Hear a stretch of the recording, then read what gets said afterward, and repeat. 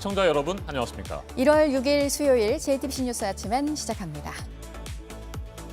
강력한 북극 한기가 한반도 상공을 뒤덮으면서 오늘 아침 서울의 수온주가 영하 12도까지 떨어졌습니다. 강원도 철원은 영하 18도 아래로 곤두박질 쳤습니다. 중부지방과 전북 내륙, 경상북도에는 한파특보가 발효됐습니다. 강추위 속에 서해안에는 모레까지 최대 30cm가 넘는 폭설이 쏟아질 것으로 보입니다. 서울 등 수도권에도 오늘 밤부터 내일 사이 5cm 안팎의 눈이 쌓이겠습니다. 한국선적 화학 운반선을 납포한 이란의 정부 대변인이 오히려 우리 정부가 70억 달러를 인질로 잡고 있다고 말한 가운데 한국 내에 동결된 이란 자금이 70억 달러인 만큼 협상력을 높이기 위해 한국 선박을 납포한 것으로 해석됩니다. 정부는 선원들이 풀려나도록 현지에서 교섭을 하기 위한 대표단을 오늘 파견하고 외교부 차관도 오는 10일 이란으로 향합니다. 이란 혁명수비대가 우리 선박을 계속해서 억류하고 있는 가운데 퇴임을 보름 앞둔 도널드 트럼프 미국 대통령은 이란에 대한 경제 제재를 추가로 발표했습니다. 테러 집단을 지원하는 이란 정권에 수입이 유입되는 것을 막겠다며 미 재무부는 이란의 철강 제조업체 등 15곳을 블랙리스트에 올렸습니다. 어제 700명대의 코로나 국내 신규 확진자가 발표됐고 오늘도 1000명 아래 확진자가 발표될 것으로 예상되지만 전문가들은 안심할 단계는 아니라고 보고 있습니다. 사망자가 급증해 1000명을 넘어선 상황에서 그 이유로 꼽힌 것이 요양병원과 시설에서의 집단 감염이고 고령층의 사망자를 조기에 치료하는 전담병원 등이 필요하다는 지적이 나옵니다. 코로나19 변이 바이러스가 계속해서 퍼지고 있는 영국의 하루 신규 확진자가 처음으로 6만 명을 넘어섰습니다. 역시 코로나19 확산세가 심각한 독일은 1월 말까지 봉쇄 조치를 더욱 강화하기로 했습니다. 사적 모임은 가족 2회 1명까지만 허용하고 일부 지역에서는 반경 15km 이상의 이동을 금지시켰습니다. 두 전직 대통령 사면론을 두고 어제 JTBC 신년 토론에서 이재명 경기지사는 즉답을 피하며 국민들이 수용할 수 있는 상태에서 대통령이 결단할 문제라고 말했습니다. 원희룡 제주지사는 진정성 문제를 제기했습니다.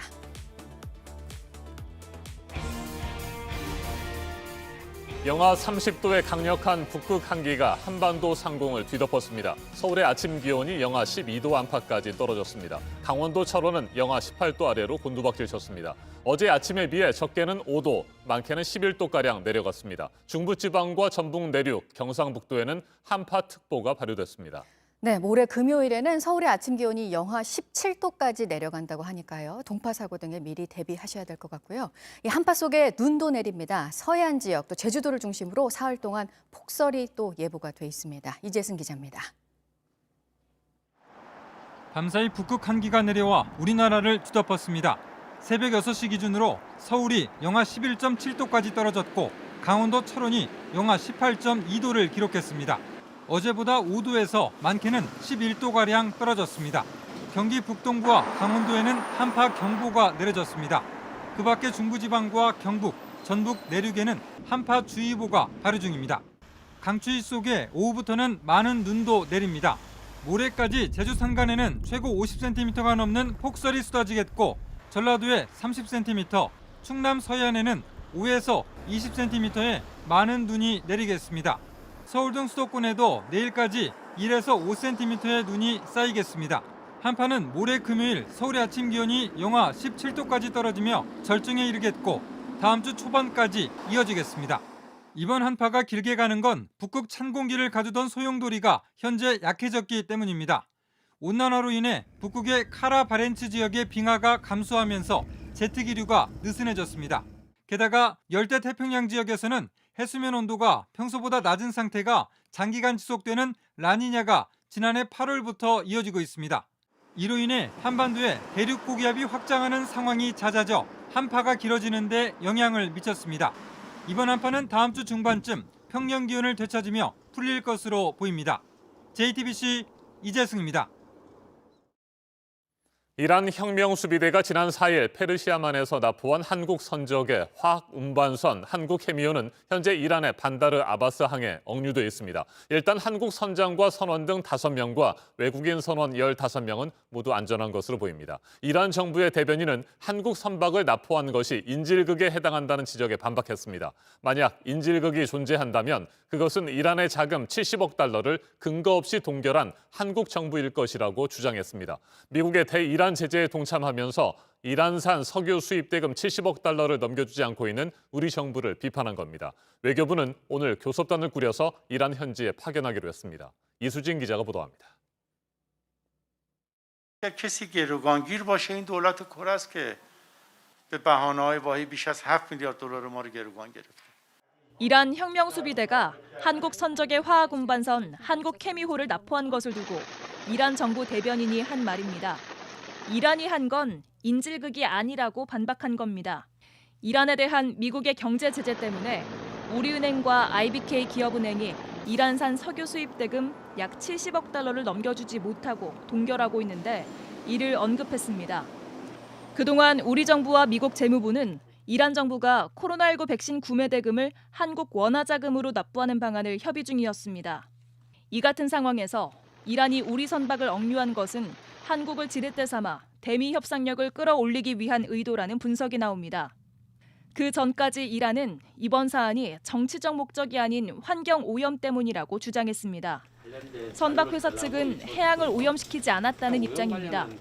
환경 오염 관련된 자료를 달라고 요청을 했고요. 해양 오염 관련한 서류 문서들을 그쪽에서 제시를 못 받았다 합니다. 외교부는 사이드 바담치 샤베스탈이 주한 이란 대사를 불러 유감을 표했습니다. 한국 케미호의 납포 경위를 묻고 조속한 억류 해제도 요구했습니다. 60대 선장을 비롯한 한국인 5명과 외국인 선원 15명의 안전에는 이상이 없는 걸로 알려졌습니다. 정부는 오늘 외교부 고경석 아프리카 중동국장 등 4명으로 억류 선박 교섭단을 꾸려 이란에 파견할 계획입니다. 최종건 외교부 1차관도 오는 10일 이란으로 출국해서 현지에서 선박 납포와 동결 자금에 대한 해법을 찾기로 했습니다. 주 이란 한국대사관의 총영사 등은 오늘 낮 선박이 억류된 이란 반다르 아바스 항에 도착할 예정입니다. JTBC 이수진입니다. 이란 혁명수비대가 우리 선박을 계속해서 억류하고 있는 가운데 미국 트럼프 행정부는 이란을 상대로 추가 경제 제재에 나섰습니다. 앞서 어제는 한국 화학 운반선을 즉각 풀어주라고 이란 측에 요구했습니다. 조 바이든 대통령 당선인의 승리를 의회에서 확정하는 절차를 하루 앞두고 수도 워싱턴 DC에는 트럼프 지지자들이 집결하면서 긴장감이 높아지고 있습니다. 워싱턴을 연결합니다. 임종조 특파원, 미국 재무부와 국무부가 합동으로 이란에 대한 추가 제재를 발표했군요. 네, 그렇습니다. 미국 재무부 해외자산통제국은 이란의 철강과 금속 제조업체 12곳과 해외 판매 대리점 3곳 등 이란 업체 15곳을 제재 대상에 올렸습니다. 또 철강 생산의 핵심 소재를 이란에 공급한 중국 기업 1곳도 제재 대상에 함께 올렸습니다. 또 국무부도 이란 해운 회사와 임원 1명을 제재했습니다. 따라서 이번 제재 대상은 기업 17곳과 개인 1명입니다.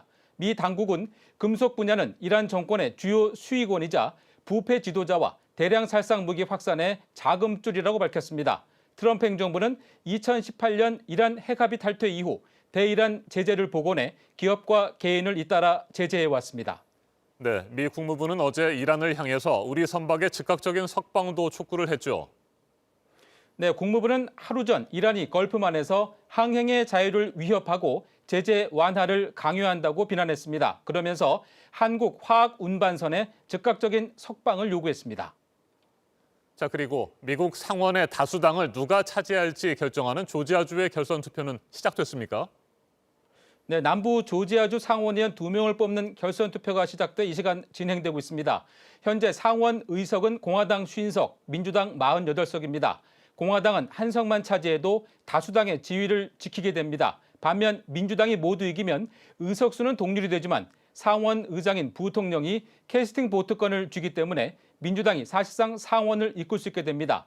대선 불복 입장을 굽히지 않고 있는 트럼프 대통령과 바이든 당선인 모두 지원 유세를 펼치는 등 양당이 총력전을 펼쳐왔습니다. 네, 상하원 합동회의를 열어서 바이든 당선인의 승리를 확정하는 절차도 하루 앞으로 다가왔습니다. 트럼프 대통령 지지자들 대규모 불복 시위를 준비하고 있습니까? 네, 지난달 선거인단 투표를 의회가 추인하는 절차가 하루 뒤 진행됩니다. 바이든 당선인의 승리를 공식 확정하는 마지막 절차입니다. 바이든 당선인은 추인 절차를 거쳐 오는 20일 취임하게 됩니다. 트럼프 대통령은 상하원 합동회의를 주재하는 펜스 부통령에게 선거인단을 거부할 권한이 있다며 막판까지 불복을 거세게 압박하고 있습니다. 그러나 부통령에겐 그럴 권한이 없어 회의 결과가 달라질 가능성은 낮다는 분석 속에 워싱턴 DC에서는 대규모 불복 시위가 예정돼 있습니다. 이미 트럼프 대통령 지지자들이 성조기를 앞세워 속속 집결하면서 크고 작은 시위가 벌어지고 있습니다. 시 당국은 주 방위군을 투입해 폭력 사태에 대비하고 있고 경찰은 총기 소지는 용납할 수 없다고 경고하고 나서는 등 긴장이 높아지고 있습니다. 지금까지 워싱턴에서 JTBC 임종주입니다. 국내 코로나19 사망자가 1,000명을 넘어섰습니다. 지난해 2월 첫 사망자가 나온 지 1년도 안 됐는데 4자릿수 사망자를 기록했습니다. 특히 지난 한 달 사이 사망자가 급증했습니다. 요양시설에서 지병이 있던 고령의 환자들이 잇따라 세상을 떠나고 있습니다. 김필중 기자입니다. 구급차로 환자를 옮깁니다. 이곳에서는 이달 들어서만 4명이 숨졌습니다. 코로나19 확진 판정을 받고 2주 만입니다. 부천의 한 요양병원에서는 10명 가까이 숨졌습니다. 현재까지 전국의 요양시설 10여 곳에서 1,000명 넘는 확진자가 나왔습니다. 이 가운데 100여 명이 숨졌습니다. 10%나 됩니다. 코로나19 전체 사망률보다 6배가 넘습니다. 모두 7, 80대 고령자입니다. 원래 앓던 병도 있습니다. 바로 치료를 받아도 위험한 상황입니다. 그런데 제때 치료를 받지도 못했습니다. 병상이 부족했기 때문입니다. 동일 집단 격리도 문제였습니다. 확진자와 비확진자를 잘 구분하지 못했습니다. 한 사람만 걸려도 순식간에 번졌습니다. 현재 환자를 가려내서 얼른 따로 수용을 해야 되겠죠. 환자를 병원에 보내야 돼요. 환자를 빼고 난 다음에는 그 다음 사람들은 분석을 해야 됩니다. 환자와 얼마나 접촉했냐에 따라서 밀접 접촉자, 일반 접촉자 등으로 해서 정부는 뒤늦게 대책을 내놨습니다. 요양시설 등에서 확진자가 나오면 긴급 대응팀을 보내기로 했습니다. 불가피한 경우에만 짧게 동일 집단 격리를 하기로 했습니다.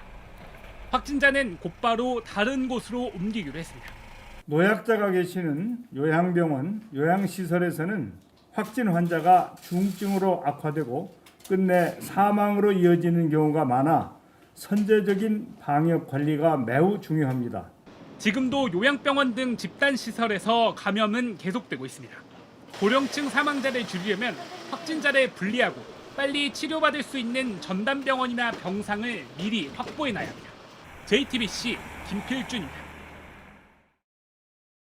이 같은 코로나19 위기 상황에서도 일부 교회는 여전히 함께 모여서 예배를 하고 있습니다. 부산의 한 대형 교회는 지난 일요일에도 1,000명 넘게 모였습니다. 교회 측은 강화된 감염병 예방법이 사실상 교회 폐쇄법이라고 주장하고 있습니다. 거리 두기 3단계가 되지 않는 한 계속해서 모이겠다고 밝혔습니다. 구석창 기자입니다. 부산 강서구의 세계로 교회입니다. 이 교회의 출석 교인은 3,500명 규모로 본당과 교육관에 5,500명이 들어갈 수 있습니다. 지난 3일 1,000명 넘는 교인들이 모여 예배한 것으로 확인됐습니다. 예배 진행에 꼭 필요한 인원을 포함해 20명 이상 모이지 말라는 2.5단계 방역 수칙을 어긴 겁니다. 지자체가 위반 사실을 적발해 이 교회를 고발한 건수만 6차례입니다. 하지만 교회 측은 예배를 강행하겠다고 선언했습니다. 목사는 설교 도중 정부가 교회를 억압한다며 강도 높게 비판도 했습니다. 교회를 멸절을 하려고 모든 방법을 강구하고 있는 우리 영적인 전쟁에서 있는 거고. 설교를 들은 일부 교인들이 함성을 지르며 박수를 쏟아내기도 했습니다. 목사는 거리 두기가 3단계로 올라가지 않는 이상 앞으로도 계속 대면 예배를 하겠다고 밝혔습니다. 서울에서 하루에 지하철을 730만 명이 타고 다닙니다. 그러면 이 넓은 천평도 넘는 예배당 안에 20명만 예배 드리라. 이게 과학적입니까?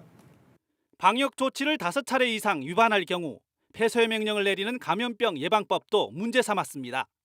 사실상 교회 폐쇄법이라는 겁니다. 지킬 수 없는 법을 강요를 하면 그건 전체주의 국가나 이런 국가가 되는 거고. 강제로 예배를 막으면 소송도 불사하겠다고 했습니다. 부산시와 강서구는 폐쇄 직전 단계인 교회 시설 운영 중단을 검토 중입니다. JTBC 구석찬입니다. 코로나19에 취약할 수밖에 없는 고령층에서 요즘 퍼지는 가짜 뉴스가 있습니다. 코로나를 치료할 수 있다는 약에 대해서인데요. 세계보건기구를 포함해서 미국 등에서도 코로나 치료로는 쓰지 말라고 권고가 된 약이고요. 예방과 치료 효과가 입증되지 않았다고 식약처에서도 다시 한번 강조를 했습니다. 뿐만 아니라 부작용이 있을 수도 있습니다. 최종혁 기자입니다. 소셜미디어에서 퍼지고 있는 처방전입니다. 내용이 구체적입니다. 클로로퀸을 아침 저녁으로 한 알씩 먹으라고 돼 있습니다. 코로나균의 벽을 허문다고도 돼 있습니다. 코로나19를 완치할 수 있다고 적혀 있습니다. 가짜 뉴스입니다. 클로로퀸은 관절염 약입니다. 말라리아 치료제로도 쓰입니다. 의사의 처방이 없으면 살 수 없습니다. 서울 시내 약국 10여 곳을 다녀봤습니다. 그냥 못 모르고 오시는 분, 그냥 본인이 확신 갖고 오시는 분. 할아버지, 할머니분들, 어르신분들이 적어오세요. 클로로킨, 코로나 치료제, 이거 살 수 있냐? 어떤 날은 하루에 한 3분, 4분 이렇게 찾아올 때가 있고요. 가짜 처방전뿐만이 아닙니다. 효과를 봤다는 가짜 뉴스도 퍼지고 있습니다. 클로로퀸은 코로나19 예방과 치료 효과가 입증되지 않았다고 식품의약품안전처는 밝혔습니다. 미국과 영국, 세계보건기구도 코로나19 치료로는 사용하지 말라고 권고했습니다. 두통이라든지 가벼운 그런 구역 같은 부작용부터 시작해서 점검하면서 드셔야 되는 약이거든요. 코로나19 효과 있다라는 저 가짜 뉴스만 믿고 본인이 혼자 복용하다가는 낭패를 볼 수 있죠. 유럽 의약품청도 간과 신장에 나쁜 영향을 미치고 심지어 발작으로 이어질 수 있다고 경고했습니다. 처방전 없이는 살 수 없다 보니 해외 직구 사이트를 통해 살 수 있다는 정보도 공유됩니다. 식약처는 가짜 약일 수 있고 심각한 부작용을 겪을 수 있다고 강조했습니다. JTBC 최종혁입니다. 변이 바이러스로 특히 코로나 확산세가 가파른 영국을 포함해서 유럽에서 속속 나오고 있는 봉쇄 대책들 요즘 잇따라 전해드리고 있습니다. 잉글랜드 전역에서 봉쇄 조치가 시작된 영국에서는 하루 확진자가 6만 명도 이제 넘어섰습니다. 앞서 전면 봉쇄에 들어간 독일은 그 기간을 연장하고 조치도 더 강화했습니다. 박지훈 기자입니다. 독일 정부는 변이 바이러스 출현으로 감염 위험이 갈수록 커지자 오는 31일까지 봉쇄 조치를 더욱 강화하기로 했습니다. Und wir werden in Erweiterung der bisherigen Beschlüsse private Zusammenkünfte im Kreis der Angehörigen des eigenen Hausstandes und mit maximal einer weiteren nicht. 그동안 2가구 5명까지 모일 수 있었던 사적 모임을 최대한 줄이겠다는 겁니다. 최근 일주일 동안 신규 확진자 수가 인구 10만 명당 200명 이상인 지역에서는 이동 자체가 제한됩니다. 병원 방문이나 출퇴근 등 불가피한 사유가 아니라면 거주지 반경 15km 이상 움직일 수 없습니다. 현지 시간 4일 독일의 하루 신규 확진자는 12,000명에 육박합니다. 하루 사망자도 1,000명에 가까울 정도로 확산세가 진정되지 않고 있습니다. 영국에서는 변이 바이러스 때문에 감염자가 눈덩이처럼 불어나고 있습니다. Population is now infected. That's over 1 million people in England, and when today we've reported another 60,000 new cases. 현지 시간 5일 하루 신규 확진자는 6만 916명으로 사상 처음 6만 명을 넘겼습니다. 잉글랜드의 경우 확진자가 100만 명을 넘겨서 주민 50명 중에 1명꼴로 감염됐습니다. 영국 정부는 지금까지 전국적으로 130만 명이 백신을 맞았고 80세 이상 고령층 가운데 23%가 접종을 마쳤다고 밝혔습니다. JTBC 박지윤입니다. 손석희 전 앵커가 그제어 어제 이틀 동안 진행한 JTBC 신년 대토론. 어제 토론에서는 최근 논란이 이어지고 있는 두 전직 대통령에 대한 사면론에 대해서 이야기가 나왔습니다. 앞서 대통령에게 부담을 주는 것이라면서 명확한 언급을 하지 않았던 이재명 경기지사는 어제도 답을 유보하겠다면서 국민들이 수용할 수 있는 상태에서 대통령이 결단할 문제라고 했고요. 함께 토론에 참석한 원희룡 제주지사는 진정한 고뇌와 결단 속에서 나와야 진정성을 인정받을 것이라고 했습니다. 노진호 기자가 전해드리겠습니다. 이명박 박근혜 두 전직 대통령 사면론에 대해 이재명 경기지사는 대답을 피했습니다. 말을 안 하는 것도 말을 하는 방법이죠. 좀 유보하도록 하겠습니다. 입장 난처하게 만들거나 이렇게 하는 건 저는 좀 지나치다고 생각해서 제가 조금 손해 보도록 하겠습니다. 이재명 지사님 도망가는 모습은 참 오래만에 봅니다. 도망이 아니고 자제하는 거죠. 원희룡 제주지사는 대통령의 통치행위에 반대할 뜻은 없다면서도 진정성 문제를 제기했습니다. 그 진정한 고뇌와 결단 속에서 이게 나와야 진정성도 인정받고 찬반 입장을 떠나서 환영을 받을 수가 있지. 이거는 놔둔 채로 이걸 카드로 쓴다, 쇼로 한다. 야당 쪽에서도 그렇게 좋은 소리 못 들을 것 같습니다. 두 사람은 부동산 시장에 대한 해법에서도 각을 세웠습니다. 실제 주거용이 아닌 주택 구입에 대해서는 거기서 생기는 이익을 부당한 이익, 그냥 기회비용을 빼고 그 이익을 세금으로 환수하고요. 공급 부분에 대해 있어서 지금은 분양 물량을 늘린다고 해결이 되지 않습니다. 아니, 동의하지 않습니다. 수요자들이 원하는 곳에 원하는 품질의 공급을 민간도 적정 이윤, 투기는 환수를 해야 됩니다. 보장을 해주면서 공공에서는 인프라들을 깔아줘야 되는 거예요. 기반 시설, 교통. 정부의 코로나19 대응에 대한 평가도 진보, 보수 패널 간 의견이 엇갈렸습니다. 조기에 중국발 입국을 제한했던 대만 같은 경우에 사망자가 7명이었고 확진자는 800명에 불과합니다. 초기에 이 전문가들이 얘기했던 것들, 그 중국발 입국을 제한해야 된다라고 했던 것들을 정부가 무시한 것이 백신이 갑자기 하늘에서 뚝 떨어지는 것도 아니고 아까 말씀드렸다시피 핸드폰으로 누른다고 그 다음날 배달 오는 거 아닙니다. 그만큼 오랜 기간 동안 준비해왔던 것들이 있었기 때문에 지금의 결과가 있다는 부분은 좀 받아들이시면 좋겠고 하지만 JTBC 노진호입니다. 그중에서도 1위를 네, 국내 코로나 확진자 수가 어제 700명대로 내려간 수로 발표가 되면서 이것도 아직 많기는 하지만 그래도 1000명에서 많이 내려온 것이어서 다시 더 늘지 말고 이대로 감소 추세로 좀 갔으면 모두가 생각하셨을 것 같습니다. 정부는 긍정적으로 의미를 부여했지만 이제 안심은 하지만 아닌 요인들이 곳곳에 또 있기도 합니다. 보도국 연결해서 이 소식 알아보도록 하겠습니다. 강보들 기자, 오늘은 확진자 수가 어떻게 발표될 것으로 지금 예상이 되고 있습니까? 어제 0시부터 밤 9시까지의 확진자가 738명입니다. 대규모 집단 감염이 그 이후에 확인되지 않았다면 오늘 0시 기준 확진자는 8,900명대가 될 것으로 보입니다. 최근 하루 확진자가 1,000명을 두고 넘었다 줄었다 하는 상황이 이어지고 있습니다. 전날 확진자는 715명이었고 이 중 지역 발생이 672명이었는데 정부는 어제와 지난주 수치를 두고 긍정적인 평가를 내놨습니다. 함께 들어보시겠습니다. 화요일 집계로는 거의 1개월 만에 700명 이하의 발생을 보였습니다. 21년 첫 주 발생에 대해서 말씀드리면 3차 유행에서 처음으로 확인된 감소 추세를 보였다고 말씀드릴 수 있습니다. 이대로라면 확진 규모가 감소할 수 있을 거라고도 했는데 전문가들은 안심할 수는 없는 상황으로 보고 있습니다. 이미 국내에 유입된 변이 바이러스라든가 한 달 사이에 사망자가 크게 늘어 누적 사망자가 1,000명이 넘는 상황, 이어지는 요양시설과 교회, 구치소 등에서의 집단 감염이 위험 요인으로 꼽힙니다. 네, 토트넘 통산 100호골 기록을 결국 달성을 했습니다. 손흥민 선수 소식이 오늘 또 있는데 오늘 새벽에 또 다른 기록을 만들었다고요? 유럽 무대 통산 150골을 기록했습니다. 2010년 유럽 무대에 진출한 지 11년 419경기 만의 일입니다. 손흥민은 오늘 새벽 브랜드포트와의 카라바오컵 준결승전에 선발 출전했습니다. 전반에 시소코의 골로 토트넘이 앞서기 시작했고 손흥민도 수비에서 좋은 활약을 보였다는 평가를 받았습니다. 후반 들어 브랜트포드가 골을 넣었지만 오프사이드 판정으로 취소됐고 기회를 노리던 손흥민은 후반 25분 은돔벨레의 패스를 받아 득점에 성공했습니다. 브랜트포드전에서 승리한 토트넘은 현지 시간 6일 맨유와 맨시티전 승리팀과 오는 4월에 우승을 겨루게 됐습니다. 끝으로 손흥민이 속한 잉글랜드 프리미어리그에서도 코로나19 확진자가 늘어나고 있다는 소식도 있습니다. 매주 2차례 검사를 실시하는 리그 사무국은 지난주 모두 2,295명이 검사를 받아 선수와 직원 등 40명이 양성 판정을 받았다고 밝혔습니다.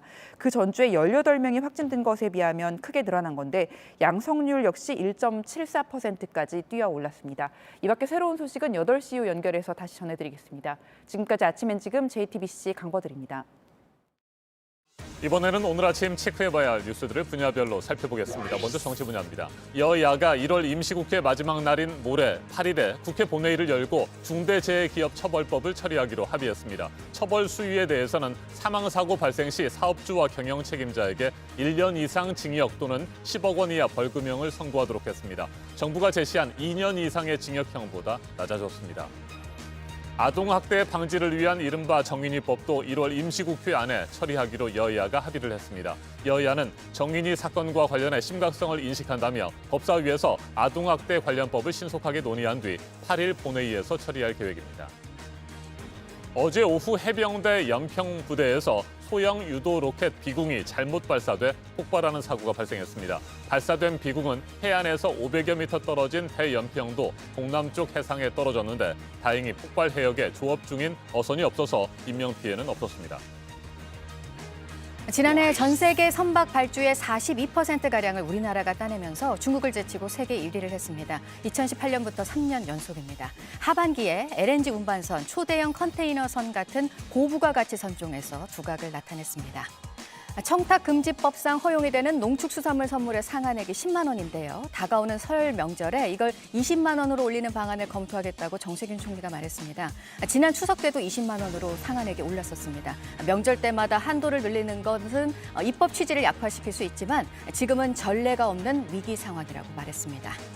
유상증자로 아시아나항공 인수자금을 확보할 예정인 대한항공이 오늘 주주총회에서 발행 주식 총수를 늘리는 것으로 정관을 바꾸려고 하고 있는데요. 2대 주주인 국민연금이 반대하고 있지만 가결 가능성에 무게를 둔 관측들이 나오고 있습니다. 계속해서 사회 분야 뉴스입니다. 오늘 새벽 1시 반쯤 경북 영덕의 한 야산에서 불이 났습니다. 1시간 40분 만에 불길이 잡혔는데 이미 1,500제곱미터가 잿더미로 변했습니다. 잔불을 모두 끄는 대로 산림당국은 정확한 피해 규모와 화재 원인을 조사할 계획입니다. 불법 아동 성착취 동영상 사이트를 운영하면서 거액을 챙긴 혐의로 인터폴 적색 수배를 받아온 30대 한국인이 태국 푸켓에서 검거됐습니다. 동영상을 제공하고 회원들로부터 비트코인을 받아 30억 원가량의 불법 수익을 올렸는데 현지 교민의 제보로 붙잡혔습니다. 앞으로 자녀 양육비를 주지 않는 부모에 대해서는 신상이 공개되고 출국 금지 조치가 내려집니다. 양육비 이행 개정 공포안이 어제 국무회의에서 통과됐습니다. 오는 7월부터 시행됩니다. 법원의 감치 명령을 받고도 정당한 사유 없이 1년 안에 양육비를 지급하지 않으면 1년 이하의 징역이나 1,000만 원 이하의 벌금 등 형사처벌도 받게 됩니다. 물방울 화가로 잘 알려진 김창열 화백이 향년 92세로 어제 세상을 떠났습니다. 빛을 머금은 물방울을 그리는 특유의 화풍으로 대중적인 인기를 얻었고 프랑스 문화예술공로 훈장을 받는 등 세계적인 명성도 얻었습니다. 영화 미나리의 수상 소식이 또 더해졌습니다. 미국 노스캐롤라이나 비평가협회가 주는 최고상, 작품상을 포함해서 4관왕에 올랐습니다. 2월 초에 발표가 되는 골든글로브, 3월 중순에 발표가 되는 아카데미 시상식에서의 선전이 기대가 되는 상황입니다.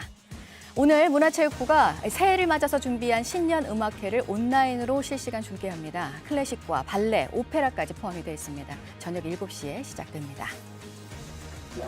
이란이 우리 유조선을 납포한 것과 관련해서 오늘 교섭 대표단이 출발을 할 예정이고요. 국회에서도 오늘 긴급 간담회가 열립니다. 외교통일위원회에 오는 10일 이란으로 향할 예정인 최종건 외교부 차관이 나옵니다. 교정시설에서의 코로나 방역 대책을 정부가 오늘 발표를 합니다. 확진자와 밀접 접촉자에 대한 관리 방안, 그리고 병원 등 긴급 의료 체계 가동 방안 등이 포함될 예정입니다. 올해 서울에서 초등학교에 입학하는 아이들 예비 소집이 오늘과 내일 진행이 됩니다. 직접 학교에 갈 수도 있고 코로나를 감안해서 올해는 화상통화 같은 비대면 방식도 허용이 됐습니다. 분야별 뉴스들 체크해드렸습니다. 오늘 아침은 어제보다 기온이 크게 떨어지면서 전국이 매우 춥습니다. 중부와 전북 내륙, 경북에 한파특보가 내려져 있습니다. 낮에도 중부지방을 중심으로 영하권을 보이겠습니다. 오후부터는 전국 곳곳에 눈 소식이 있습니다. 모레까지 제주 산간에는 최대 50cm가 넘는 폭설이 쏟아지겠고 전라도 서부에도 최대 30cm 이상, 충남 서해안에도 5에서 20cm가량의 많은 눈이 내리겠습니다. 서울을 포함한 수도권에는 내일까지 1에서 5cm의 눈이 쌓이겠습니다. 날씨는 갈수록 추워지면서 모레 금요일에 한파가 절정을 이루겠습니다. 서울 아침 기온이 영하 17도까지 떨어지겠습니다. 이후 기온이 조금 오르지만 다음 주 화요일까지 평년보다 추운 날씨가 계속되겠습니다. 현재 기온은 서울 영하 12도, 춘천 영하 16도, 전주 영하 8도, 대구 영하 7도로 어제보다 3도에서 크게는 11도가량 낮습니다. 낮 기온은 서울과 대전 영하 2도, 광주와 대구 1도로 어제보다 1, 2도가량 낮겠습니다.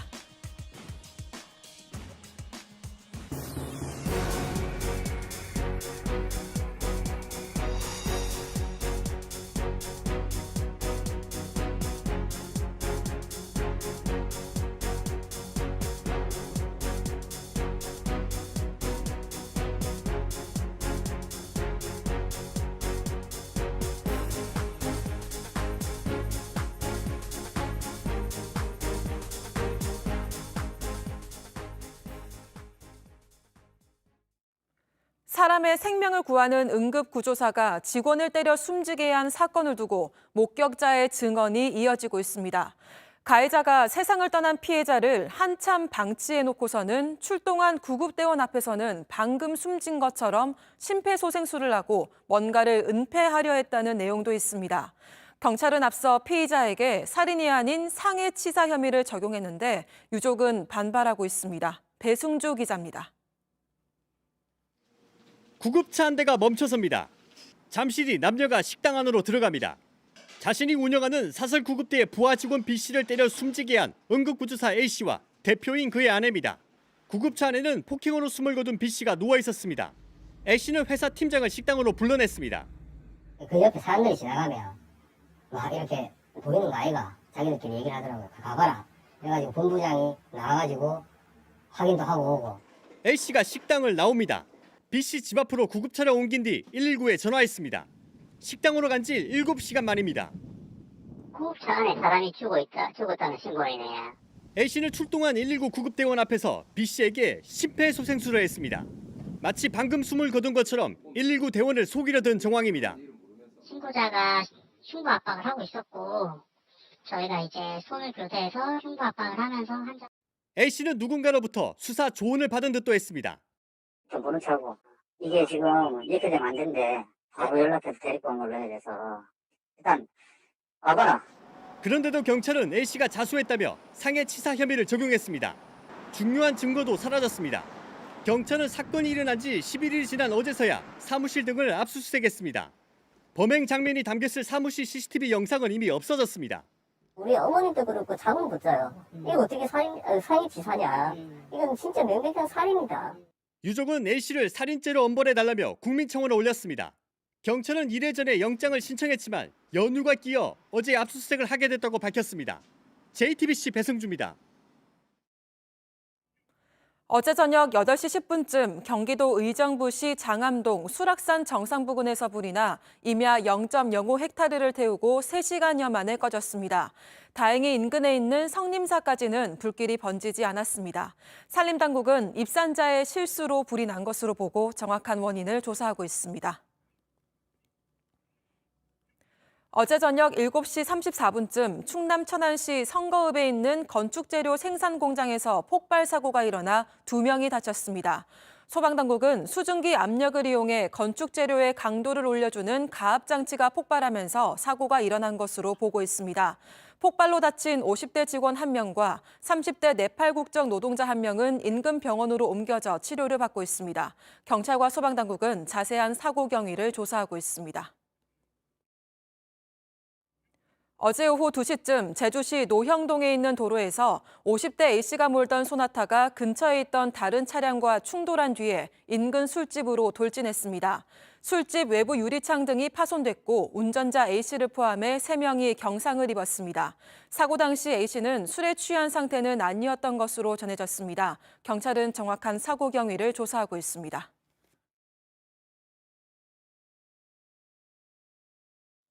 아침엔 세계 시간입니다. 미국의 1급 수배 대상으로 현재 영국 교도소에서 수감 생활을 이어가고 있죠. 폭로 전문 사이트 위키리크스의 설립자인 줄리언 어산지입니다. 미국이 그를 송환하라고 요구했지만 지난 4일 영국 법원은 미국의 범죄인 송환 요청을 거부했습니다. 호주 출신의 어산지는 2006년 폭로 전문 사이트 위키리크스를 설립했습니다. 그리고 지난 2010년 이라크, 아프가니스탄 전쟁 관련 보고서와 미 국무부, 국방부 등 주요 국가기관의 관료들이 주고받은 기밀 문서 등 70만 건을 폭로하면서 전 세계 주목을 끌었습니다. 특히 공개된 미국 외교 전문에 러시아와 사우디아라비아 등 주요 국가 지도자들에 대한 미국 정부의 비판과 평가가 적나라하게 담겨 있어서 국제 외교가에 큰 파문을 일으켰습니다. 결국 어산지는 미국의 1급 수배 대상이 됐습니다. 스웨덴에서 두 여성을 상대로 성범죄를 저질렀다는 혐의와 관련해서는 국제 체포영장이 발부됐습니다. 어산지는 미국의 음모라며 성범죄 혐의를 부인했습니다. 그리고 2012년 영국 주재 에콰도르 대사관으로 도피해 망명을 신청했습니다. 이후 어산지는 치외법권 지역인 대사관에서 7년 동안 도피 생활을 이어가면서 각국 언론들과 인터뷰를 하거나 유력 인사들을 만나는 등 계속해서 활동했습니다. 대사관 앞에 모인 지지자들을 향해 발코니에 서서 연설을 하기도 했습니다. 2012년 당시 어산지의 연설 잠깐 들어보시겠습니다. As WikiLeaks stands under threat, so does the freedom of expression and the health of all our societies. 하지만 지난 2019년 에콰도르가 어산지에 대한 보호 조치를 철회하고 영국 경찰이 대사관에 진입하는 것을 허가하면서 7년 동안의 도피 생활은 끝이 났습니다. 어산지는 곧바로 체포돼 영국 교도소에 수감됐습니다. 미국은 어산지를 1급 스파이 범죄 등 18개 혐의로 기소하고 영국 측에 범죄인 송환을 요청했습니다. 하지만 영국 법원은 심리 끝에 지난 4일 그가 미국으로 돌아가면 자살을 시도할 실질적인 위험이 있다며 송환 불허 판결을 내렸습니다.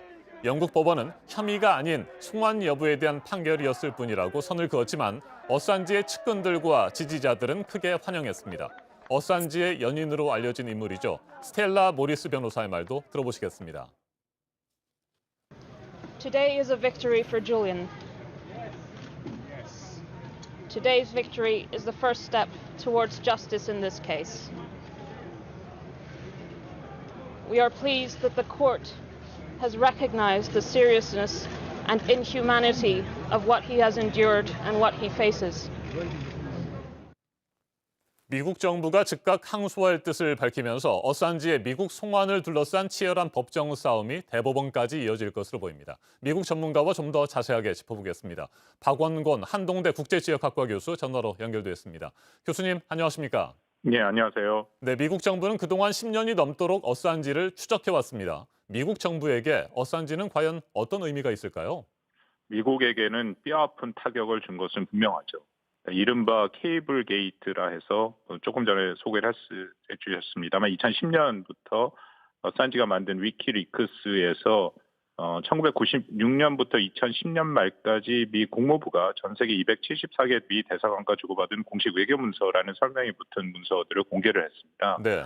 여기에는 한국 관련도 있는데요. 중국이 북한 김정일 국방위원장에게 인내심을 잃고 있다는 내용도 있었죠. 미국의 입장에서 가장 타격이 큰 것은 부수적 살인이라는 제목의 동영상이었습니다. 아하. 그 동영상을 보면 무장 헬리콥터, 미국의 무장 헬리콥터에 탄 2명의 미군이 이라크 바그다드 시민에게 발포해서 살해하는 영상이었거든요. 네. 이 중에는 그 로이터 통신 기자도 이 공격에 사망을 한 그런 사건입니다. 그러니까 이 동영상이 공개되니까 미국이 진행하던 테러와의 전쟁 정당성에 대한 문제 제기가 아주 심각하게 전 세계적으로 이뤄졌고요. 이 이후에 해외 주둔 미국 철수론이 그렇게 촉발하게 되는 일종의 기폭제가 됐죠. 여기에 대해서 당연히 미국은 분노했습니다. 특히 워싱턴 정관은 굉장히 강력한 그런 반응을 보였고요. 당시에 미국 국무장관이었던 힐러리 클린턴 같은 경우는 이 폭로 문서에 종종 등장했거든요. 그래서 줄리안 어산지에 대해서 굉장히 비판적인 목소리를 냈고 트럼프 행정부 들어서도 마이크 폼페이오 국무장관 당시 CIA 국장 2017년 때 위키리크스는 적대적인 정보기관이다라고 비판을 한 적이 있습니다. 자, 이 같은 상황에서 오브라도르 멕시코 대통령은 어산지에게 정치적 망명을 제안하겠다 이렇게 밝혔습니다. 이건 어떤 의도일까요? 그렇습니다. 로페스 오브라도르 대통령은 중도 좌파 성향의 대통령이기 때문에 어산지가 무죄가 돼야 된다는 입장을 계속 얘기를 했었고요. 또 멕시코는 정치적 망명지로서의 그런 전통도 갖고 있습니다. 그러나 성사될 가능성은 커 보이지는 않습니다. 네. 왜냐하면 송환 요청을 불허한 런던 중앙형사법원의 판결을 보면 그 어산지 측의 주장이 받아들여진 것은 없습니다. 그러니까 어산지의 변호인들이 얘기한 것을 보면 이번 송환 요청이 도널드 트럼프 행정부의 압박 등 정치적 동기에 따른 것이다. 혹은 미국에서 공정한 재판을 받지 못할 것이다라고 주장을 했는데 이것을 영국 법원은 다 아니다라고 반박을 했고요. 특히 핵심인 어산지 행동이 언론의 자유에 관한 것이다라는 변호인 측 주장에 대해서 어산지가 탐사 저널리즘을 넘어서는 행위를 했다라고 재판부가 얘기를 했습니다. 그 전반적으로 아까 말씀하신 것처럼 그럼에도 송환 불허 요청을 한 것은 어산지가 정신적으로 문제가 있다라는 그 이유 때문이기 때문에요. 그리고 미국 정부는 즉각 항소 의사를 밝혔죠. 그렇다면은 멕시코로 넘어갈 가능성은 거의 없어 보이고요. 미국이 아마 계속해서 1차적으로는 영국 밖으로 나가지 못하게 하고 또 미국 송환을 계속 추진할 가능성이 높다라고 생각합니다. 네, 끝으로 한 가지만 짧게 살펴보죠. 일각에서는 오는 20일에 출범하는 미국 바이든 행정부가 어산지를 사면할 가능성도 있다. 이런 얘기를 하고 있습니다. 어떻게 전망하세요? 뭐 가능성은 커 보이지 않은 게요. 조 바이든 당선인이 2016년 당시 미국 부통령일 때 어산지를 최첨단 테러리스트라고 칭한 바가 있습니다. 이런 얘기가 나오는 것은 사실 트럼프 대통령이 여기 또 연계가 돼 있어서 2016년 그 미선 대선 때 민주당 이메일 유출이 러시아가 관여한 게 아니다고 말을 하면 사면을 해주겠다라고 트럼프 측이 또 어산지에게 얘기를 했다라는 것이 법정에서 폭로가 됐습니다. 그래서 트럼프의 사면 가능성이 얘기가 있었지만 가능성은 현재로서는 거의 없다라고 판단이 됩니다. 알겠습니다. 박원곤 한동대 국제지역학과 교수였습니다. 어산지 측은 그가 미국에 송환되면 최고 175년형을 선고받을 수도 있다며 어산지를 처벌하는 것은 언론의 자유를 탄압하는 것이라고 외치고 있습니다. 이에 맞서서 미국 정부는 범죄 행위를 저널리즘으로 포장해서는 안 된다는 입장입니다. 이 같은 상황에서 어산지는 오늘 영국 법원에 출석해 코로나19 감염 우려 등을 이유로 가석방을 신청할 예정입니다. 어떤 결과가 나올지 주목됩니다. 지금까지 아침엔 세계였습니다.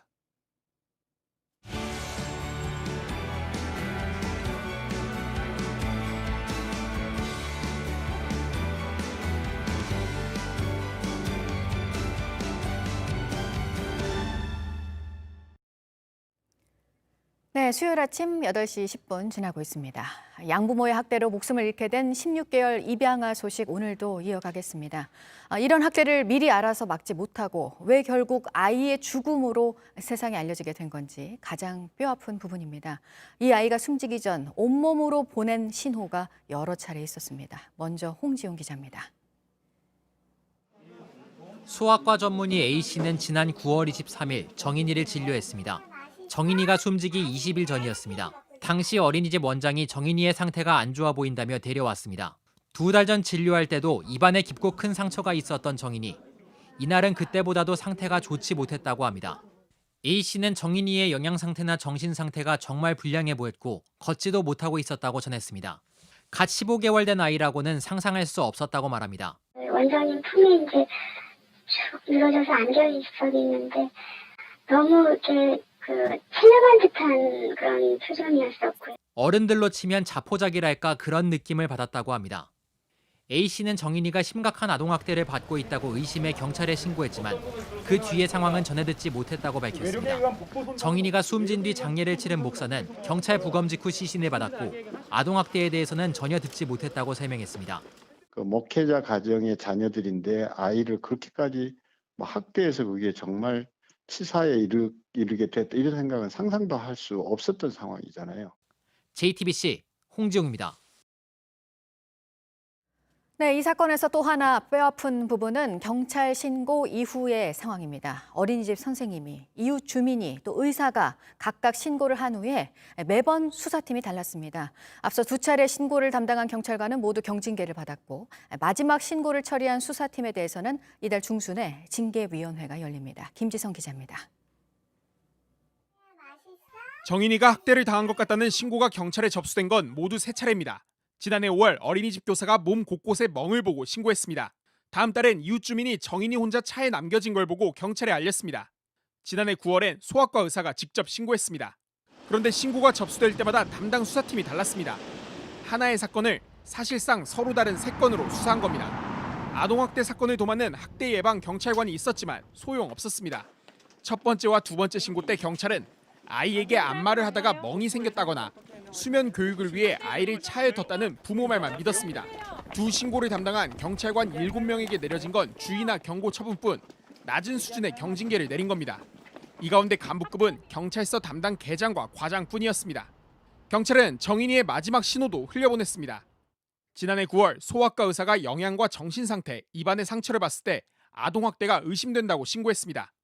하지만 경찰은 고의로 그런 것처럼 보이지 않는다고 했습니다. 그리고 20일 뒤 정인이는 결국 세상을 떠났습니다.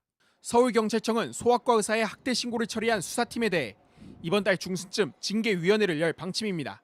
어느 선까지 어떤 수위로 처벌받을지 관심이 쏠리고 있습니다.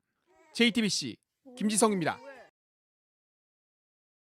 네, 사실 아이들이 부모의 지속적인 학대로 목숨을 잃은 일이 그간 잇따랐었고요. 정부의 대대적인 특별 점검이 그래서 지난해 있었습니다. 그렇다면 왜 이 16개월 아이는 그때 구해지지 못했는지 그 대상을 선정하는 데 문제가 있었습니다. 이 소식은 최수연 기자가 전해드리겠습니다.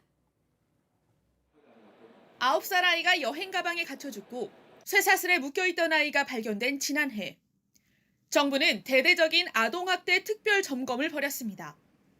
부총리 주재로 경찰은 물론 지자체와 전문기관까지 동원된 겁니다.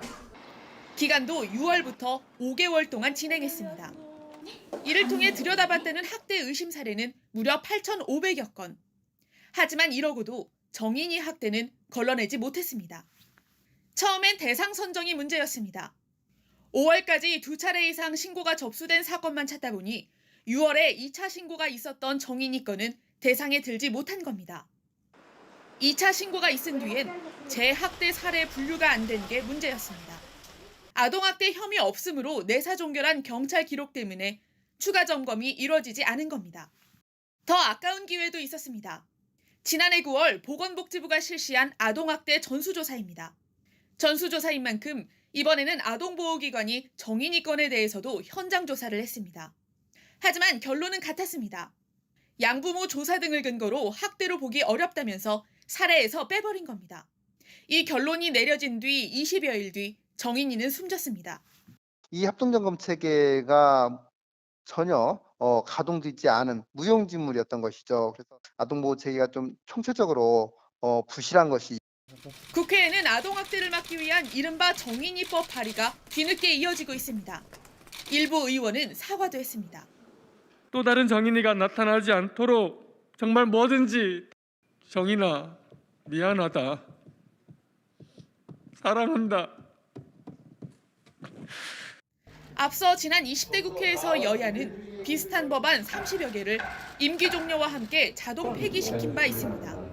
JTBC 최수연입니다.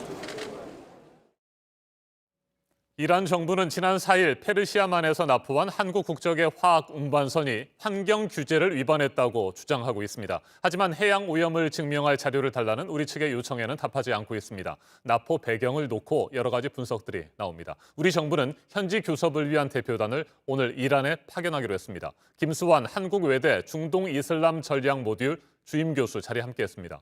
어서 오십시오. 안녕하세요. 네, 이란 정부는 계속해서 환경 규제를 위반했다 이렇게 주장을 하고 있습니다. 그러면서도 한국 정부가 70억 달러 자기들의 돈을 동결했는데 이것을 사실상 인질 삼고 있다. 뭐 이런 주장도 함께 펴고 있거든요. 납포 배경 어떻게 보고 계세요? 납포 배경에는 이제 몇 가지 배경이 있기는 한데요. 지금 말씀하신 대로 이란 정부가 주장하는 70억 달러를 우리 한국 정부가 이제 인질로 삼고 있다라는 배경에는요. 현재 국내 시중은행에 약 70억 달러, 즉 7조 6천억 원 정도 이란산 석유 수출 대금 지금 묶어놓고 있거든요. 네. 동결된 상태인데 2018년 5월에 트럼프 행정부가 이제 핵 협상을 탈퇴한 후에 이란에 대한 그 제재를 또 가했잖아요. 복원을 했기 때문에 여기에 한국 정부가 참여를 했고 한국 정부가 참여하면서 이란과의 거래, 금융거래, 교역을 전면 중단함으로써 이란에 지불해야 될 이런 석유 대금을 한국 그 원화 계좌로 이란 중앙은행 명의로 된 원화 계좌로 동결한 상태입니다. 그러다 보니까 이란 정부에서는 계속적으로 이것을 풀어라. 동결된 그 계좌를 해제해라. 왜냐하면 우리는 인도적 거래로 목적으로 이걸 사용하겠다라고 요청을 했는데 한국 정부 입장에서는 미국 그 제재에 동참하는 입장이기 때문에 이란의 그 요청을 따라주기가 참 힘들었던 상황이고요. 이 와중에 1월 10일에 외교부 제1차관이 이란을 방문할 예정이었는데 네. 그 일주일 전에 이런 사건이 발생했기 때문에 아마 이란 입장에서는 이런 대금 문제를 논의하기 위한 어떤 우위를 선점하기 위한 전략적인 것이 아닌가, 행위가 아닌가라고 지금 분석해 볼 수도 있겠습니다. 네. 이란 정부의 입장에서는 자신들의 석유를 한국에 팔고 그 대금으로 받아야 할 돈이기 때문에 그 돈이 동결돼서 현재 받지 못하는 부분에 대해서는 당연히 불만을 가질 수밖에 없는 것 같고요. 자, 그래서 최근에 미국 측과 우리 정부가 이란이 백신을 구입하면 그 대금으로 이 70억 달러를 지원하는 방안, 지급하는 방안에 대해서 협의를 했다고 하는데 그 가능성은 어떻게 보세요? 네, 이란 측이 한국 정부에 요청해서 말씀하신 대로 지금 국내 한국에 동결된 이란의 석유 대금 자산을 이제 코로나 백신 구입하는 것으로 대신 대납해달라라고 요청을 해왔고 우리 정부가 거기에 대해서 논의를 해왔고요. 또 미국의 승인이 있어야 되기 때문에 미국 재무부의 특별 승인을 받아놓은 상태입니다. 그래서 이란에 이런 방안을 제안을 했는데 이란 측에서는 아직 답변이 없어요. 왜냐하면 그러니까 WHO가 주도하는 코백스에 네. 그 코로나 백신을 구입하기 위해서 대금을 지불을 해야 되는데 그러려면 국내에 동결된 그 이란 석유 대금이 그 미국은행에서 달러로 환전이 돼야 돼요. 근데 이럴 경우에 이 달러로 환전된 이란 대금이 미국에 다시 동결될까 봐 이란 측은 우려를 하고 있는 거죠. 네, 미국과 이란 사이에는 최근 다시 긴장이 고조되고 있습니다. 거셈 솔레이마니 혁명수비대 전 사령관이 미국의 공격을 받아서 숨진 지 1년이 됐었잖아요. 지난 3일. 네. 그걸 계기로 해서 반미 시위도 이란에서 지금 증폭되고 있는 상황이고요. 네. 현재 이란의 분위기는 어떻습니까? 이란의 분위기는 전반적으로 좋지 않습니다. 말씀하신 대로 거셈 솔레이마니 어떻게 보면 이란 모든 국민의 영웅이죠. 네. 지금 사망을 했고 그다음에 작년 11월에 또 핵과학자 모센 파하라자데가 암살당하지 않았습니까? 그랬죠. 이런 여러 가지 일련의 사건으로 국내 이란 국민들의 그 반미 감정은 굉장히 고조돼 있고요. 로하니 대통령뿐만 아니라 이란 국방부 장관까지 대미 보복을 복수를 선언할 만큼 분위기는 좋지 않고요. 정치적인 불안도 있는 데다가 또 대이란 그 경제 제재가 장기화되면서 국민들의 불만이 그러니까 경제 상황이 굉장히 어려워지니까 국민들의 불만도 고조되고 또 이란의 코로나 확진자가 지금 125만 명에 이르거든요. 그러니까 이런 정치적, 경제적 상황에 따라서 이란 상황은 굉장히 좋지 않은 상황입니다. 네, 우리 선박을 납포한 이란 혁명 수비대는 과연 어떤 군대인가? 이 부분에 대한 궁금증도 커지고 있습니다. 정부 위에 정부, 총을 가진 정부, 이렇게 일컬음 받기도 하고 있고요. 그만큼 굉장히 강력한 힘을 가지고 있다고 합니다. 실례로는 로하니 현직 대통령의 전임 대통령이 이 혁명 수비대 총사령관하고 말다툼을 벌이다가 총사령관으로부터 주먹으로 맞았다는 얘기까지 있습니다. 네, 과연 어떤 맞습니다. 조직입니까? 말씀하신 대로 이제 이슬람 혁명 수비대는 1979년에 설립됐는데요. 네. 그때 이제 이슬람 혁명이 성공하면서 그렇게 수립됐는데 정부의 정부로 군림할 만큼 강력한 막강한 영향력을 행사하고 있습니다. 왜냐하면 그 이란의 군사 인력이 52만 명인데 그중에 19만 명이 혁명 수비대예요. 숫자로는 정규군보다 작지만 이 혁명 수비대의 주요 임무가 이슬람 체제 수호입니다. 그리고 외부 세력 간섭이나 군사적 쿠데타 방지, 그리고 주요한 군사작전을 주도하고 특히나 해외 모든 군사작전을 주도하고 있기 때문에 이게 정치적으로 그리고 경제적으로 사회적으로 막강한 영향력을 행사하고 있어서 어떻게 보면 그 권력은 상상을 초월할 만한 권력이죠. 네. 그래서 이번에 이제 한국 유조선 납포도 혁명 수비대가 주대한 것이죠. 네. 조 바이든 미국 행정부가 오는 20일에 출범을 하게 됩니다. 그에 앞서서 이란이 미국에 보내는 어떤 메시지라는 성격도 있어 보이는데, 자, 현재 우리 국적의 선박 납포 문제는 어떻게 푸는 것이 제일 효과적이라고 보십니까? 일단 말씀하신 대로 이제 이란 측에서 한국 유조선을 납포한 배경에는 대금 문제 해결도 있지만 바이든 행정부가 새로 출범하면서 아무래도 협상, 즉 핵 합의에 대한 협상을 재개할 그런 가능성이 높아지기 때문에 협상력을 높이면서 선제적인 어떤 압박을 취하겠다라는 그런 의도가 다분히 보여지는데요. 다행히 양국에서 외교적으로 잘 합의를 하자, 잘 해결을 하자라는 그런 어떤 그 해결의 실마리가 보이고요. 또 이란 입장에서는 그 주 타겟이 사실은 한국은 아니거든요. 그래서 미국의 제재를 풀으려는 그런 그 뒤에 속내가 있고 이런 전략적인 행위이기 때문에 1월 10일 날 우리 외교부 제1차관과 또 실무협상단이 이 논의에 대해서 잘 협상을 하게 된다면 제 생각에는 한 1월 20일 전에 네. 조속하게 우리 승선원들이 석방될 수도 있고요. 또 늦어도 1월 안에는 좋은 결과가 있지 않을까 그렇게 조심스럽게 전망해보고 있습니다. 네, 오늘 새벽에 전해진 소식인데요. 트럼프 대통령이 이제 퇴임이 보름 정도밖에 남지 않았는데 이란에 대한 또 추가 경제 제재를 발표했어요. 이건 큰 영향은 없겠습니까? 제 생각에는 아직 큰 영향력은 없을 것 같습니다. 물론 이란이 한국 유조선을 납부한 배경에는 이렇게 마지막까지 트럼프 대통령이 어떻게 보면 이란을 압박하는 데 대한 그런 한국이 미국과 이란에 대한 중간 자정 입장이기 때문에 한국을 이용하려는 그런 전략도 있지만 움직이려는 전략도 있지만 그렇게 커다랗게 이 협상 문제에 대해서는 큰 영향력은 없을 것으로 생각이 됩니다. 알겠습니다. 우리 선박과 선원들이 조속하게 안전하게 무사하게 풀려나기를 기대해 보도록 하겠습니다. 지금까지 김수환 한국외대 중동 이슬람 전략 모듈 주임 교수였습니다. 말씀 잘 들었습니다. 네, 북한의 노동당 대회 최대 정치 행사로 꼽히는데요. 시작이 됐고 김정은 위원장의 말이 전해진 게 있어서 보도국 연결해서 이 소식 알아보도록 하겠습니다. 강보들 기자, 경제 실패를 인정했네요.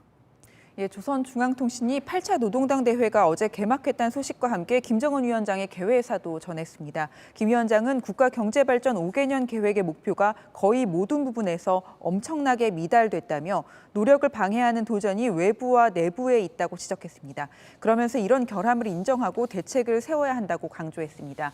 세계적인 코로나 위기 속에서도 안정적인 방역을 철저하게 보장했다고 평가하기도 했습니다. 아직 미국 바이든 대통령 당선인이나 대미 관계, 남북 관계에 대한 입장은 따로 전해지지 않았습니다. 네, 올해 그래미 시상식은 그 방탄소년단이 상을 타게 될지 때문에 우리로서는 더 주목을 하게 됩니다. 그런데 연기가 됐네요. 예, 그래미를 주관하는 미국 레코딩 아카데미가 오는 31일 열릴 예정이던 제63회 시상식을 3월로 연기했습니다. 소규모 관객이 참여하는 야외 시상식을 계획했는데 행사가 열리는 로스앤젤레스의 코로나 확산세가 워낙 심각해서 행사를 할 수 없다고 판단한 겁니다. 이번 시상식에는 BTS가 베스트 팝 듀오 그룹 퍼포먼스 부문 후보에 올라 있습니다. 미국의 코로나 상황이 얼마나 심각한지 보여주는 보도도 나왔는데요. CNN은 캘리포니아주 로스앤젤레스 카운티의 구급대원들이 생존 가능성이 거의 없는 환자는 병원으로 이송하지 말라는 지침을 받았다고 전했습니다. 호흡이나 맥박이 없는 환자에게 최소 20분간 심폐소생술을 해보고 그래도 회복하지 않으면 병원으로 옮기지 말라는 겁니다. 또 산소를 아끼기 위해서 산소 포화도가 90% 아래인 환자에게만 호흡기를 쓰도록 또 했습니다. 병상 등의 의료 자원이 턱없이 부족하기 때문입니다. 미국의 코로나19 입원 환자 수가 좀처럼 줄지 않아서 지난 한 달 내내 10만 명 이상이 입원한 상태입니다. 지금까지 아침 엔지금 JTBC 강보들입니다.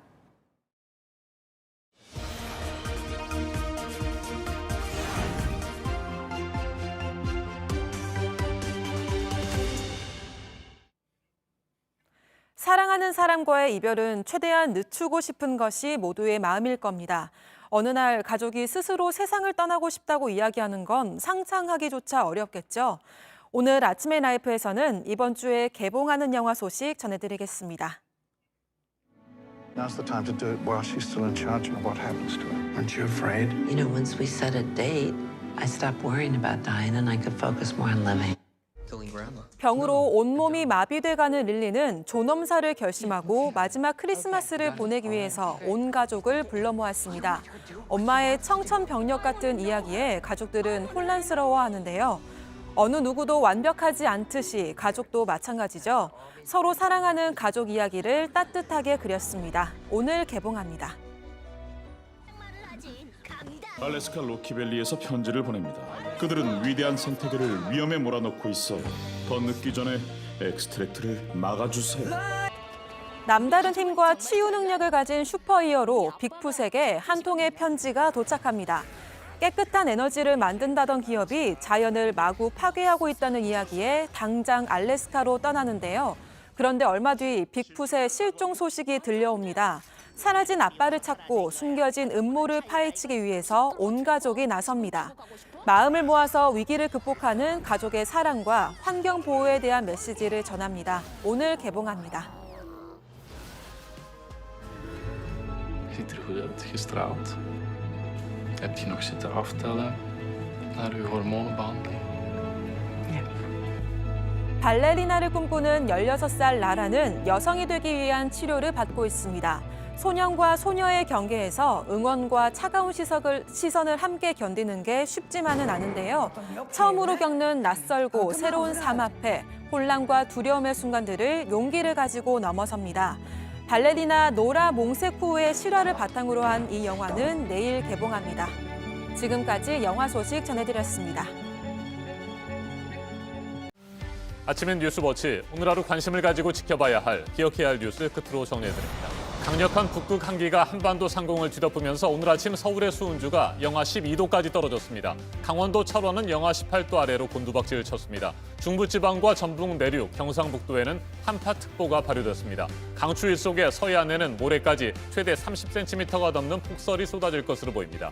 서울 등 수도권에도 오늘 밤부터 내일 사이 5cm 안팎의 눈이 쌓이겠습니다.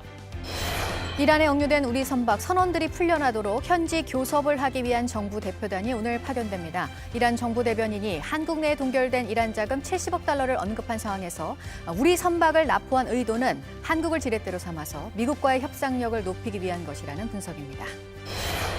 이란 혁명수비대가 우리 선박을 계속해서 억류하고 있는 가운데 퇴임을 보름 앞둔 도널드 트럼프 미국 대통령은 이란에 대한 경제 제재를 추가로 발표했습니다.